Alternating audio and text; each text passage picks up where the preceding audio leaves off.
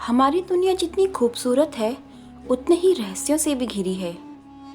कुछ तो प्रकृति के अपने रहस्य हैं और कुछ पुरानी सभ्यताओं के बनाए हुए। इनमें से ही एक है पिरामिड।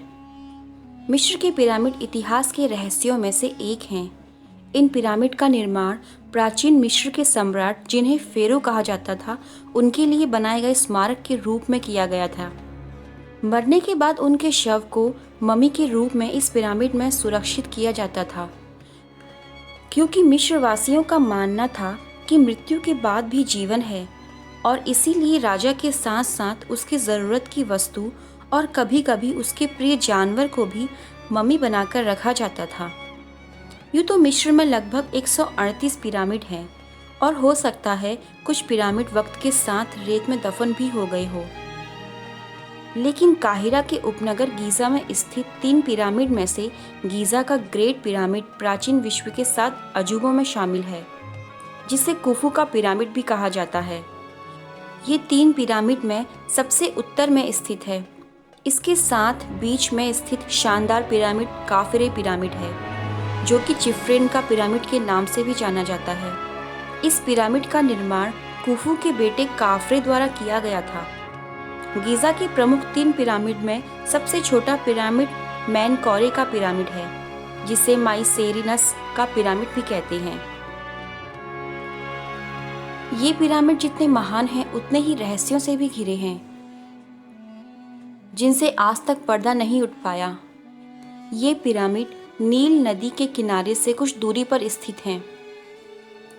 यहाँ बात करते हैं गीज़ा के ग्रेट पिरामिड की।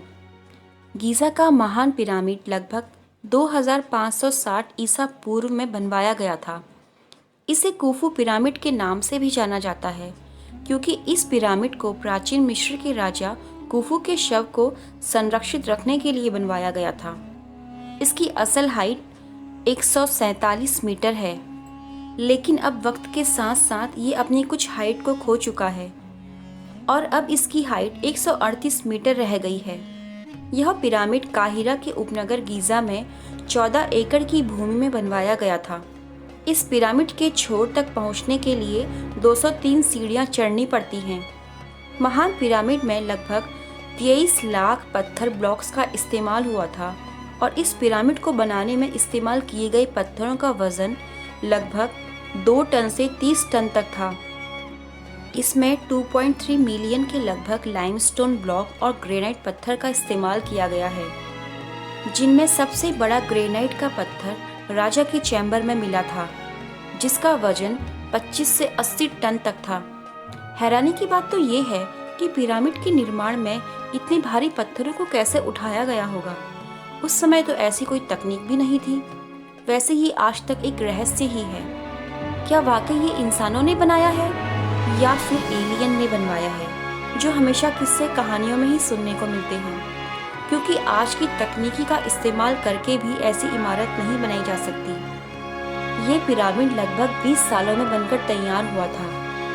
इन पिरामिड को चाँद से भी देखा जा सकता है। गीज़ा के पिरामिड के अंदर के रहस्यों के बारे में भी अभी तक कुछ खास पता नहीं लगा है। इसमें कुल कितने तहखाने हैं ये कोई नहीं जानता।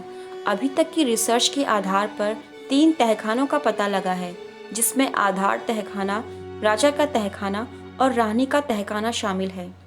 लेकिन अब तक की रिसर्च के हिसाब से यहाँ ना तो रानी की मम्मी और ना ही राजा की मम्मी मिली है, जबकि इस पिरामिड को राजा और रानी के शव को संरक्षण के लिए बनवाया गया था।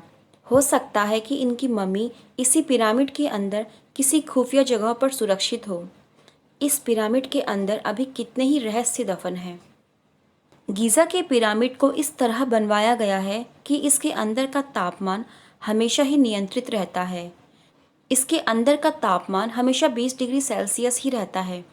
पिरामिड की बनावट के आधार पर ये माना जा सकता है कि मिस्र वासियों को गणित और खगोल का ज्ञान रहा होगा।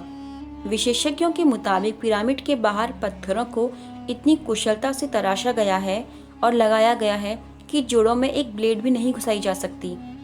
मिस्र के पिरामिड के निर्माण में कई खगोलीय आधार भी पाए गए हैं, जैसे कि तीनों पिरामिड को ओरियन राशि के 3 तारों की सीध में बनवाया गया है। इसके अलावा गीज़ा में स्थित द ग्रेट स्फिंक्स भी पूरे मिस्र की सबसे आश्चर्यजनक मूर्ति है। इसके बारे में आज तक ये कोई नहीं जानता कि यह किसके लिए बनवाया गया था। 73 मीटर लंबी और 20 मीटर ऊंची इस मूर्ति की सबसे खास बात यह है कि इसको एक ही पत्थर को काटकर बनवाया गया है। ये दुनिया की सबसे बड़ी एकल पत्थर की मूर्ति है, जिसे लगभग 4000 वर्ष पहले बनवाया गया था।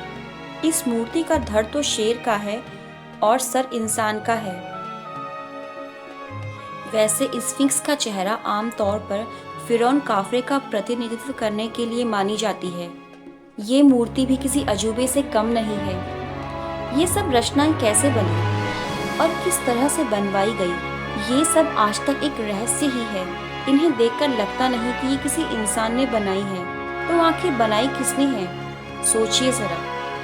आपको वीडियो कैसा लगा कमेंट बॉक्स में ज़रूर बताना और मेरे चैनल को सब्सक्राइब करना मत भूलना। Thank you for watching.